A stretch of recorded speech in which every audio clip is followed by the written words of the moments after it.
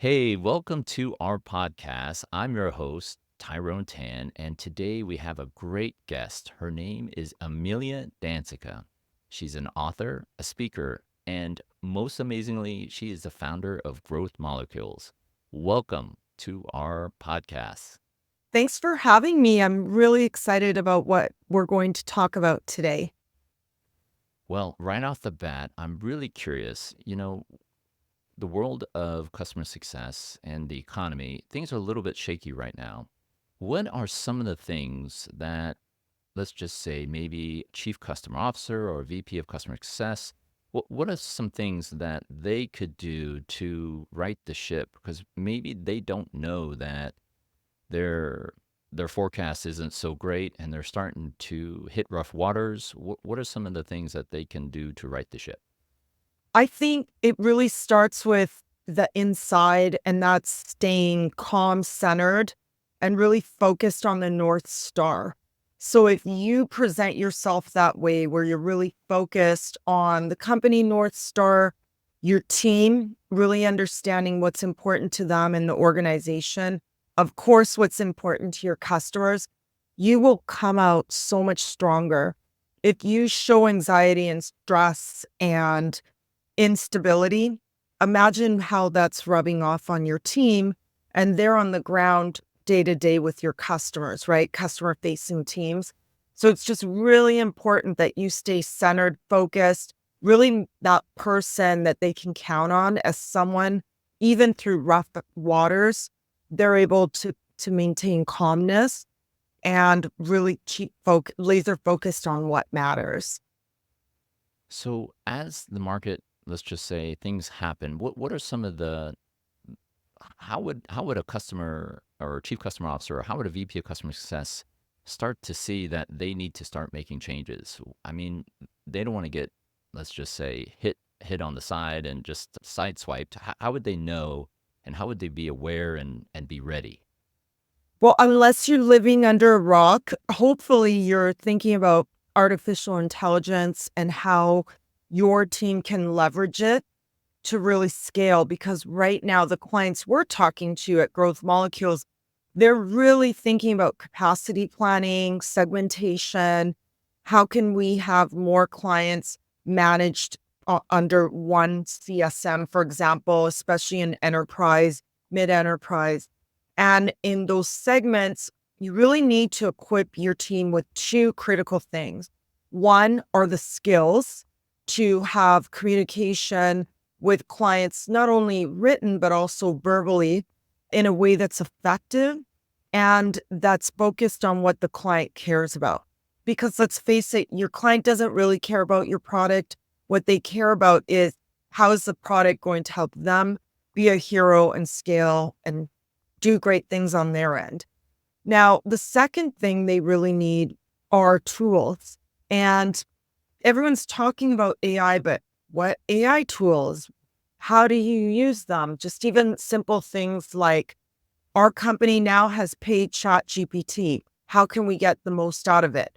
For example, you can't assume all CSMs are going to take the time to go learn it on their own and leverage it to the best of their ability so that they don't just copy and paste without even reading, without it making sense for what the client's asking.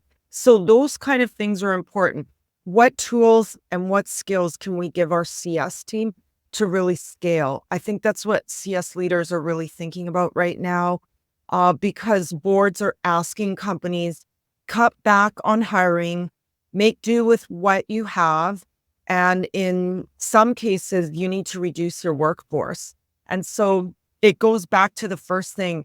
If you do reduce workforce, for example, how do you again stay positive, calm, so that your team doesn't start feeling burnt out and stressed because now they've just been given another load of clients to introduce themselves to and manage? Wow, that's really interesting. So skills and tools. So with that, I mean, remaining calm, doing more with less. So I mean, the what are some of the, I guess, tips or tricks, I guess, Mm. that you would share with a hiring manager who, let's just say they did have to release maybe 30% of their workforce. I mean, what are some of the actual tangible things that they could do with their existing team players? Because they're going to get rocked, and it's just inevitable. And there is that feeling of, am I next? So, if you were to, let's just say, sit down with the leader, what would you say to that leader to help ensure that there's continuity with the team? Yeah. And I think I've been through this with companies through COVID. We act as fractional leaders with clients oftentimes. And when we're going through a reduction in workforce, the what's really important is that you host a meeting with your team. If your CEO can join, especially in a startup environment, invite them. Be open, transparent, and willing to answer questions. And you're going to get tough questions. I mean, I've had questions like, why did you let X go? And why do you still have a job? Why are you here? Right? You need to be able to answer those questions, and it's going to be difficult. And you're really role modeling to to your team how to have difficult conversations with clients. And that's one of the top topics we teach. We call it the art of Nojitsu, having difficult conversations with clients. You need to be able to model that. So I think it really starts there, being available for your team. Secondly, how do you present these changes to your clients, right? If there are massive changes coming and you're able to tell your clients upfront, they probably need to know 5 or 6 times before it finally sinks in. But if it's a sudden announcement that there's a change, you need to be able to have communication ready to go for those clients. You can't just say, "Hi, I'm your new CSM, schedule a call with me." No one's going to do that, right? You need to explain to them what's in it for me and why did this happen. So being able to equip your team with either an email or mass communication, that means working with your marketing team, especially if you have a company with 20,000 clients, there better be communication going out from the top, explaining why is it better for them. And I think an example of a company that did this well is HubSpot. They announced we're HubSpot house at Growth Molecules. They announced a year in advance that changes were coming, and they were explaining the investments they were making that were going to make my life easier as a buyer of HubSpot. And that's responsible leadership, right? Making your clients really aware of, okay, why are the prices going up? Why is the model for CS changing? Why are you closed the first week of July? All of those things, being able to answer them up front. And then me being able to reach out to a CSM or support if I have questions about that has been a great experience. Fantastic. Now, you said something there that made me go, interesting. Tell me more about Nojitsu, because that sounds like you're literally on the front lines and you're helping people with human skills, like Mhm. communication skills. Can you tell us more about Nojitsu? Yeah. So first of all, thank you for not calling it soft skills. I love human skills. I believe that human skills are essential skills. That's what we call them. And it's unfortunate that schools don't teach these skills. I think of in high school, they should be taught even younger. I think we don't give children credit to be able to have conversations that then they're stuck not knowing how to handle when they graduate from college, for example. And as customer success professionals, we're typically nice people. We have to be patient, right? You're constantly dealing with different personalities, different nationalities, different views on politics, religion, all of these things. They Whether it's discussed or not, it's brought with the whole self when they come to a meeting. And being able to say no to a client requires you to have the skills of being curious, right? Why do you want that feature? Why do you want our product to work this way? So you have to be curious. And then you need to be able to stay calm and be a good listener. before you say no, or that's not on the roadmap, or, let me go back to sales and better understand what was discussed before I give you a no, because maybe there was a miscommunication during the sales cycle. And so we go through all these different scenarios that then we role play, right? So Mm, with clients, we ask them specifically, okay, well, before we're going to host this workshop or this class, what do your CSMs really struggle saying no to? And I can't take credit for the Nojitsu. One of our clients coined it that. She looked at our course list, our academy, and said, "Oh, this is like the art of Nojitsu, right?" And I said, "Exactly." what a And great name. so, yes, I thanked her. I said, "We're renaming this course in your honor." So that's why it's called the art of Nojitsu. That's fantastic. You know, what you just described there is inquisitiveness. You describe the ability to stay level headed at the same time gathering great information and asking really good in depth questions. Is that what you're referring to in the role play where you practice that? Because you Mhm. actually have to practice that in order to get used to it. Otherwise, it will be something where you're kind of stuck. Yes. Yes. So you do have to practice it because there's nothing worse than teaching a skill and then the CSMs kind of trying it for the first time on a customer. What a terrible experience, right? They're not going to bring confidence to the table. And I'll never forget one of my colleagues and I taught a group of people at their CSKO in New York. It was a bank, it's a banking tech company. And so we taught it early in the morning, and then we did role playing, we did another workshop, and then it was lunch. One of the CSMs, instead of taking a lunch, she went and had an executive business review and came back to the class. We're asking, how was lunch, everyone? What's one key takeaway from your lunch that you're willing to share? And this girl raised her hand and said, I just practiced the art of Nojitsu on a client. And it felt so great. I felt really confident. And that's what we want. We want CSMs to say, saying no is not scary.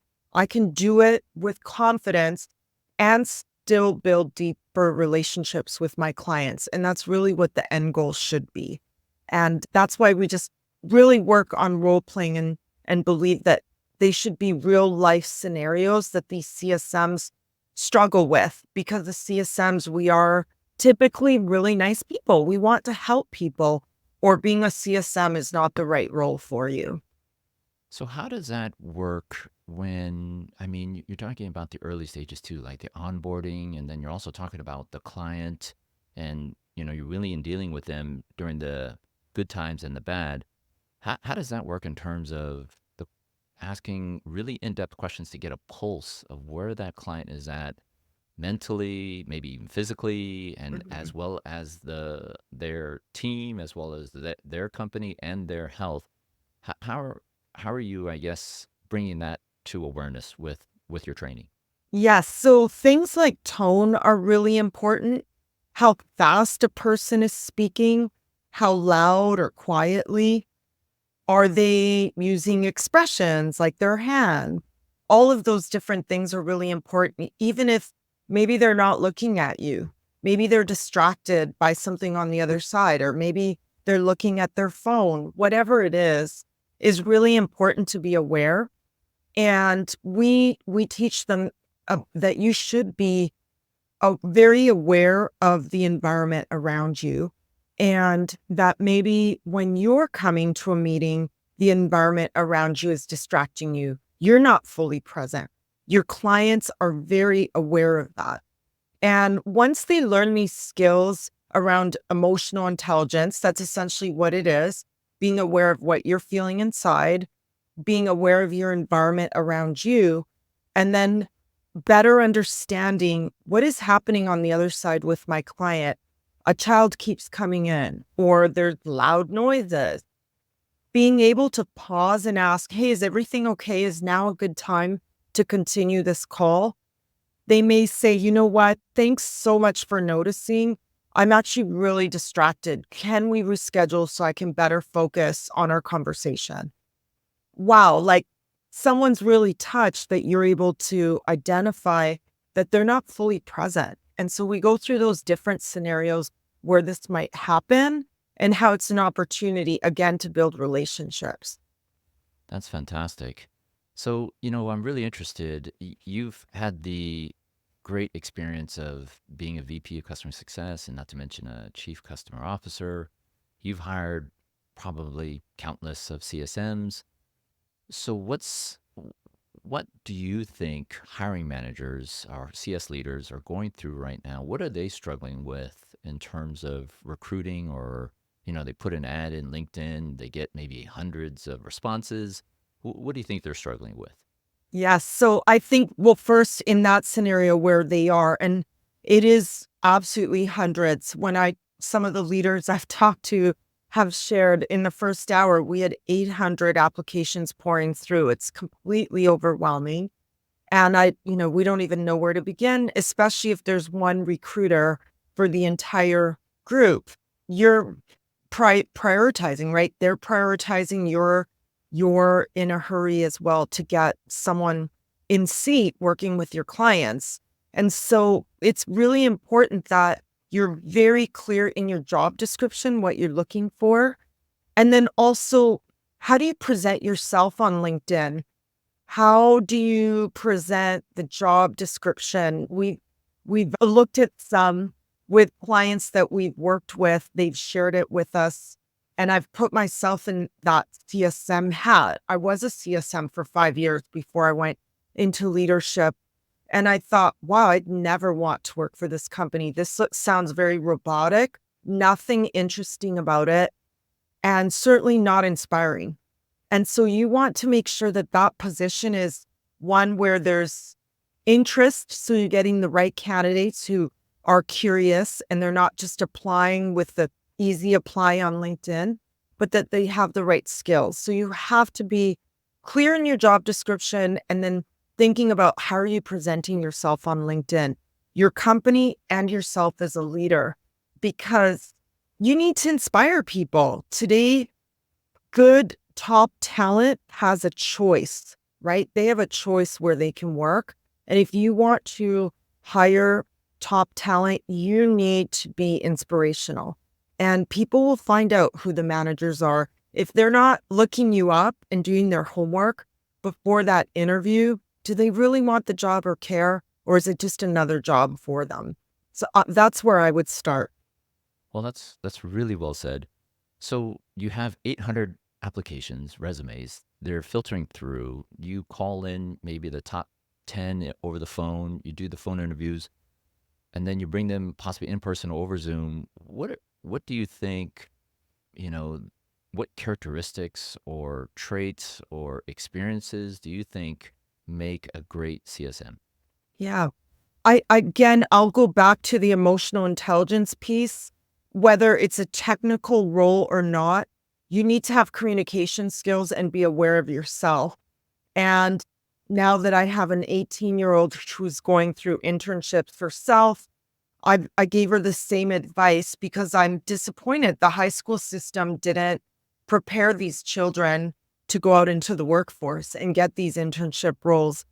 And the advice I shared with her is you are going to be in customer facing roles. Whoever is interviewing you is interviewing how are you going to represent the company to clients, right? So what you wear, are your nails clean?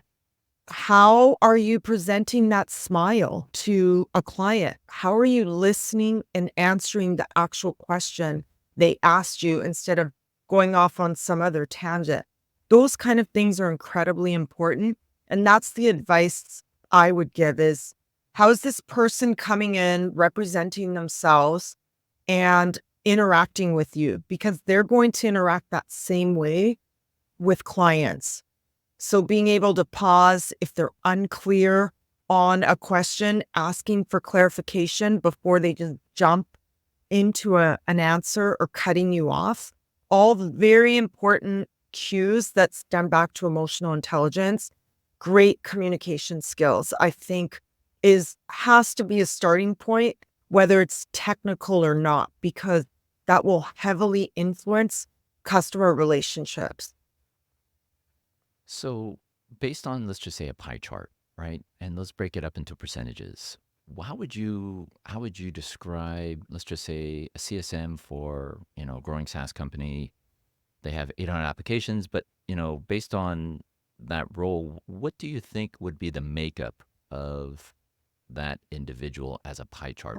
And, give me the biggest piece first, maybe 40% EQ, or, I'm just kind of curious to see what the makeup would be. Yes. So let's break it down to you need to be interested in the product and have technical aptitude, right? You have to understand and be able to articulate what the product does. And if it is a technical role, you have to have experience in that or be willing to learn. Even for my daughter, she went and did like a HubSpot internship. Well, of course she went and got all the certification, but she knew even if she had all the certification, she would have to learn some of it on the job. And I think that's okay. Then, which it stems into the second part. You need to show that you're motivated, interested in the product, and willing to learn it. Because at the end of the day, you're going to represent it. The EQ is big, right? Relationship building. If you don't like people or talking, probably not a good job for you in CS. And I will say you don't have to be an extrovert. I won't I will confess I'm not 100% extrovert. I definitely like quiet time and being alone often to think and write and do things on my own. I'm not saying you have to be an extrovert, but you have to be good at building relationships and have curiosity. I think those are all really important. And a good way to showcase that is to send a follow-up thank you. It doesn't have to be in the mail anymore. I get it. Back when I was applying for jobs, you mailed thank you letters.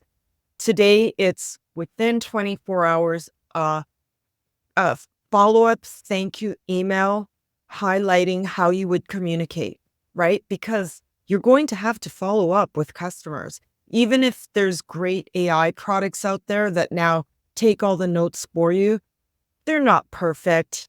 No one's going to, well, I hope not, send one of those emails out without reading them first and making sure they fully captured the action items. Wow, that's really well said. I mean, I thought the follow-up thank you card is great advice. That's exactly what I tell all my candidates who go on interviews. So that's fantastic. The the part that I really liked what you said was, showing interest and having the technical aptitude. When someone is hiring and they're weighing out, this is a really interesting role because you talked about technical aptitude, but then you're also talking about people skills.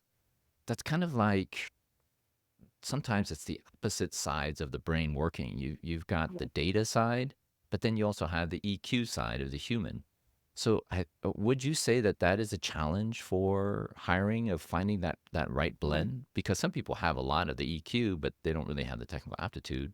But so how would you describe the blend? I guess.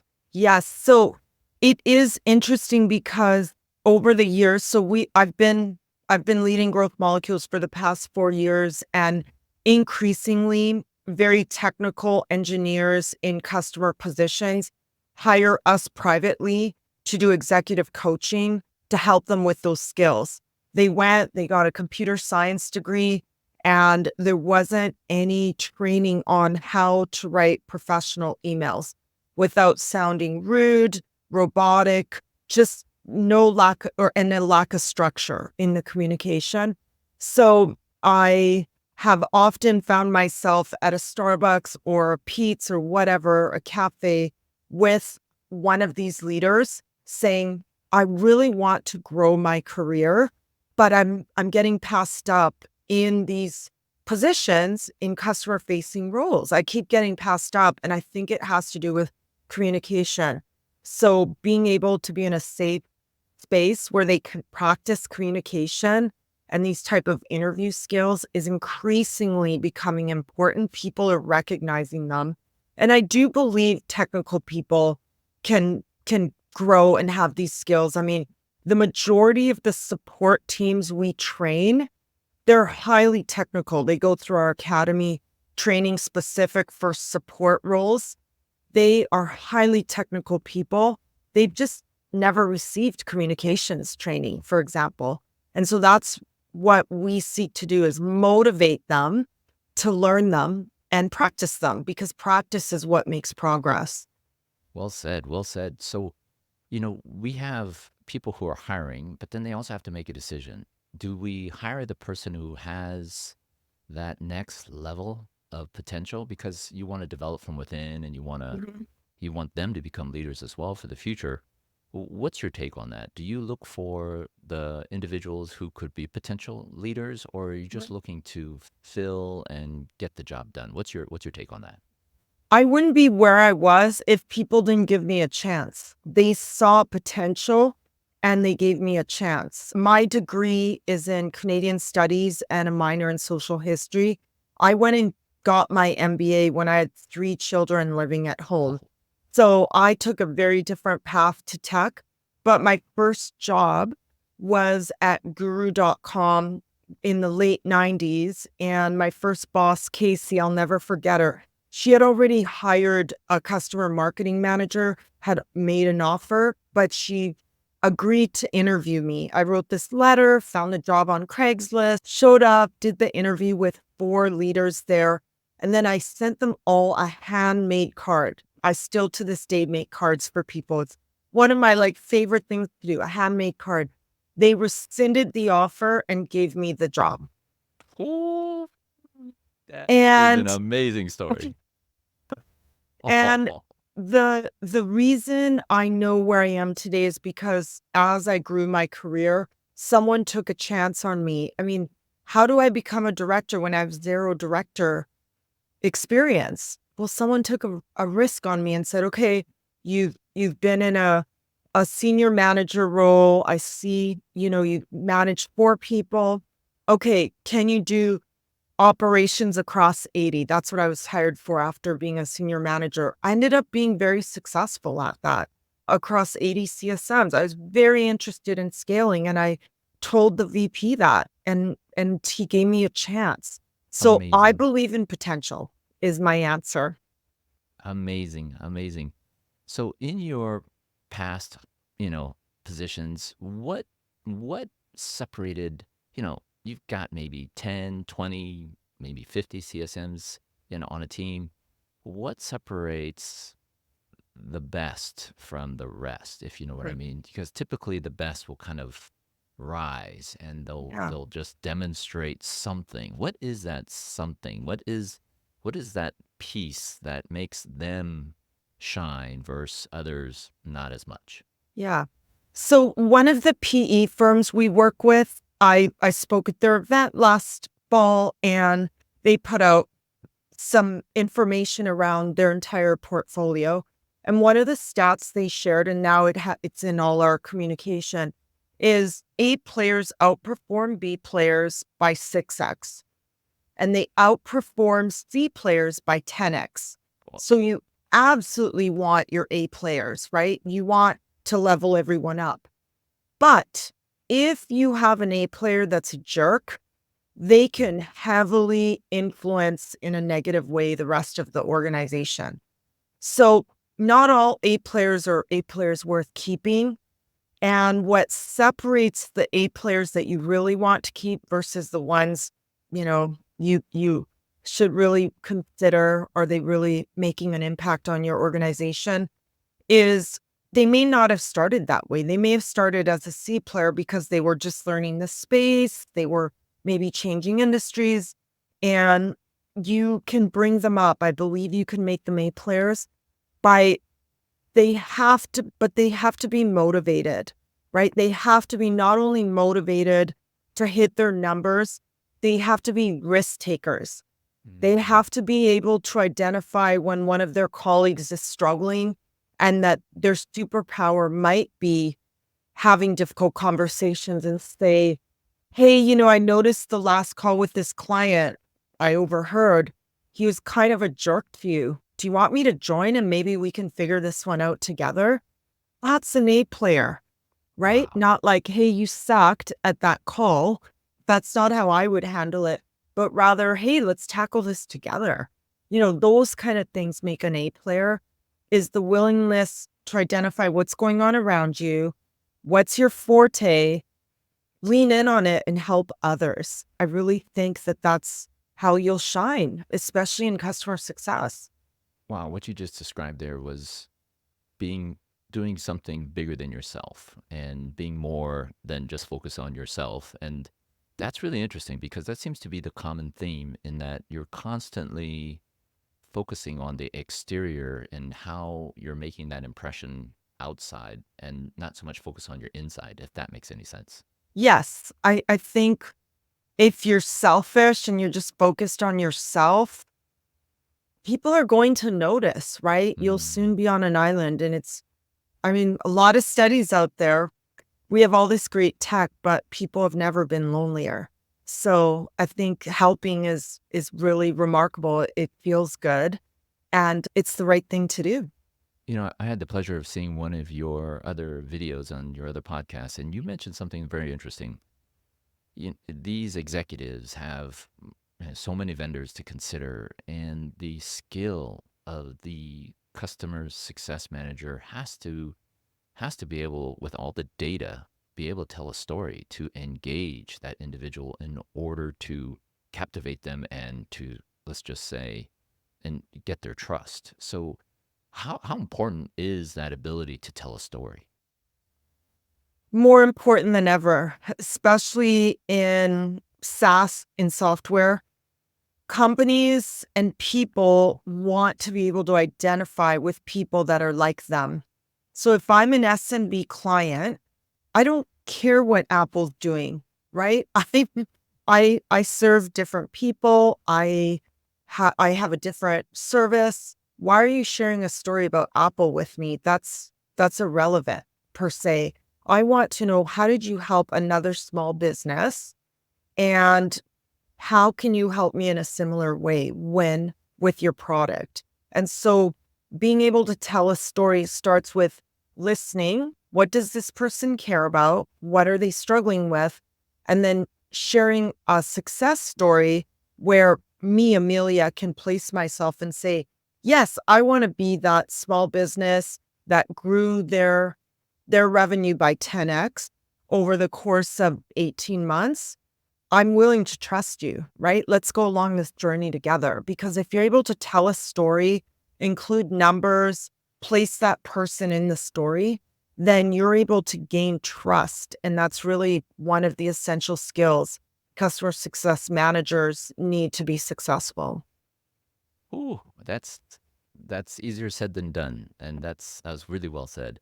So, I've talked to other chief customer officers, and they have their, war stories where they would possibly bring someone up from the support side and bring them over to the customer success side. Have you seen, positives, or would you always recommend that, or how do you make those decisions, I guess, when you're evaluating talent and you Yeah. know that someone is a good employee, they're on the support side, they speak the language in terms of tech ease, but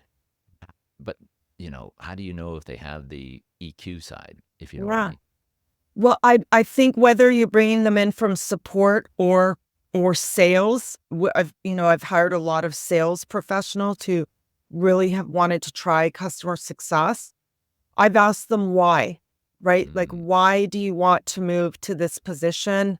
Often the pay structure is very different. mm, Same with support, right? A lot of support professionals have a flat yearly salary. They may have a small bonus, whereas often customer success, it's becoming more incentivized. They may have a flat salary, and then a lot more is either commission, if there's upsell, cross-sell opportunities, but also it's heavily based on retention.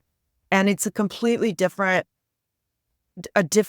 pay structure, and it can scare a lot of people who like I know what I'm going to make every month. So, True. one, you have to get that out of the way, right? They have to be willing to take risks and to have high confidence that they're going to really learn their customers, their portfolio of customers, and really focus on helping them and and and making sure they know how to prioritize. I think customer success, just like support, is a high burnout position. And so Mm. you really need to be able to interview them for that. What do you do when you're not working? Like if they're just going to be workaholics, probably not good. You're going Not a to good lose them balance. soon or they're going to start doing mediocre work. You want to make sure they have hobbies and passions and things they do outside work, whether it's video games or cycling or kids or a dog or whatever. I think it's just really important that you make sure they really are keen to learn and that they're going to focus on wholeness. I think wholeness is what's very helpful in high burnout position. Well, I want to thank you so much, Emilia, for your time. Your words are spot on. I mean, great advice. And how can people learn more about growth molecules? Yeah, thanks for asking. So, growthmolecules.com is a good place to start. And we're also on LinkedIn. You can find me there as well. Happy to discuss anything that we talked about today if you're interested. Fantastic. Now, would you recommend growth molecules just for the large enterprise type companies, or do you recommend them for, let's just say, the startups who are trying to make, their first maybe 1 to 5 million, let's just say? Yeah, absolutely. So we are so fortunate to work with a lot of C and PE firms that have invested in early stage startups. And they bring us in, whether it's fractional leadership to do an assessment, help them build playbooks. We often work with organizations like yours, Tyrone, where you're doing the hiring, we're filling in fractionally, and we're closely with you, or we're scaling while you're hiring. And then eventually you will replace us, which is really what we want, right? If we're fractional, we don't want to be there more than 3 months, right? We really want to have a big bang in a company with their processes and systems. You take care of the people part. Fantastic, fantastic. Well, again, thank you, Amelia, and I really appreciate your time. Yeah, thanks for having me. Okay.